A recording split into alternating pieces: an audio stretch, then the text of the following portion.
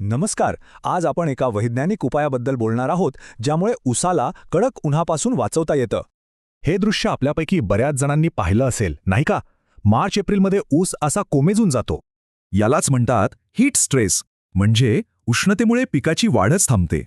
तर आज आपण उष्णतेचा धोका, सिलिकॉनचे फायदे आणि ते कसं वापरायचं हे सगळं समजून घेऊया. मग नेमकी अडचण काय आहे? जमिनीत सिलिकॉन असूनही ते ऊसाला घेता येत नाही. याची 3 मुख्य कारणं आहेत: रासायनिक खतं, सेंद्रिय कर्बाची कमतरता आणि ऊसाची स्वतःची गरज. यावरचा उपाय अगदी सोपा आहे.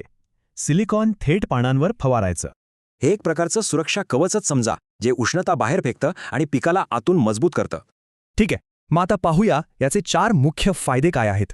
सगळ्यात पहिला आणि महत्त्वाचा फायदा म्हणजे पाण्याची बचत.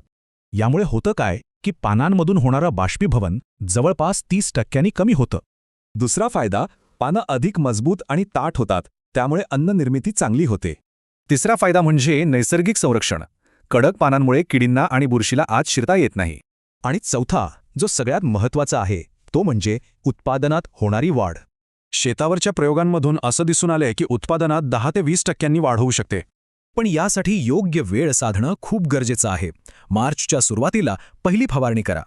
प्रमाणाबद्दल बोलायचं झाल्यास ते अगदी सोपं आहे. एकरी 200 ते 250 मिली पुरेसं आहे.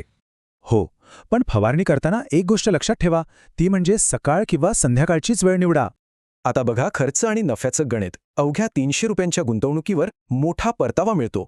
आणि हे उत्पादन म्हणजे पोटॅशियम सिलिकेट आता सहज उपलब्ध आहे. हे सगळं आपल्याला एका नव्या शेती विचाराकडे घेऊन जातं. जुन्या पद्धतीत फक्त वाढीचा विचार होता. आता वाढीसोबतच ताण व्यवस्थापनाचाही विचार करायला हवा. आणि यामागचं साधं सत्य हे आहे की ऊस हा गवत वर्गातला आहे. त्याला सिलिकॉनची गरज असतेच. म्हणजे फक्त पिकाला खत देण्याऐवजी त्याला ताणापासून वाचवलं तर विचार करण्यासारखी गोष्ट आहे.